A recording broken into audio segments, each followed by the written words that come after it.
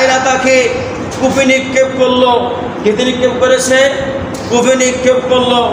সেখান থেকে তুলে তাকে বড় ঘটনা বিক্রি করে দিল, মালিক ইবনে জারের কাছে বিক্রয় করাই দেওয়া হলো।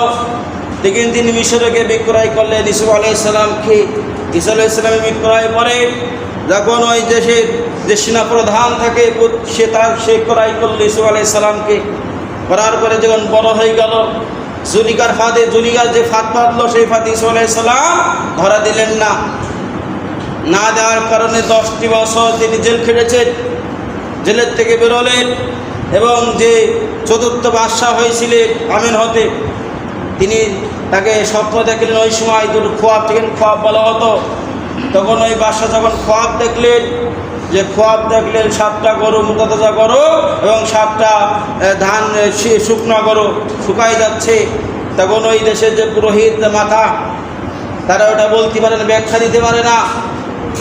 তখন ওই ইউসুফ আলাইহিস সালাম যখন যে অবস্থায় 2জন স্বপ্ন দেখেছিলেন, ওই 2জনের স্বপ্নের ব্যাখ্যা ইউসুফ আলাইহিস সালাম করেছিলেন। হওয়ার সাথে সাথে সেই ব্যাখ্যা অনুরূপ মিলে যায়। মিলে যাওয়ার কারণে ইউসুফ আলাইহিস সালাম বলে দেয়, তুমি বাদশার সাথে কথাটা বলবে। কিন্তু ওই জেল হাজত করে যে ব্যক্তি, ওই ব্যক্তি ভুলে যায়, 3টা বছর ভুলে যায়।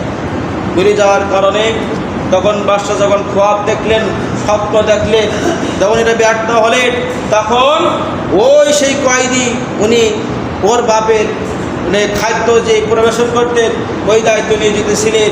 তখন বললেন যে হুজুর, যে বাদশাহ আমি আপনার খোয়াবের মুশকিল আসান আমি জানি। তখন বললেন কি জানো?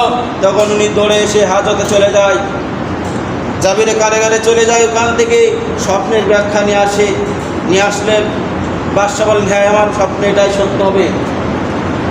যখন এই কথা বললেন যে 7 বছর দুর্ভিক্ষ হবে, 7 বছর ভ্রান্ত নিয়ামতের শস্যকাল গম যত বলবেন তত হবে, তখন এর যে রাখার উপায় কি? 7 বছর কি গম থাকে বলেন? থাকবে?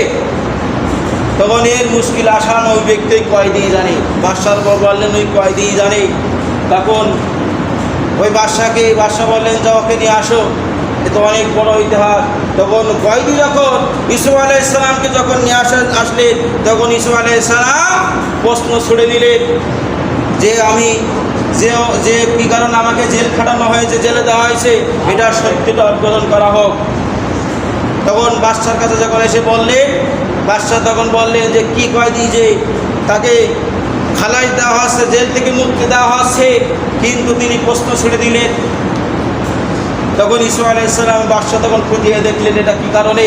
তখন সেই মহিলাদেরকে একত্রিত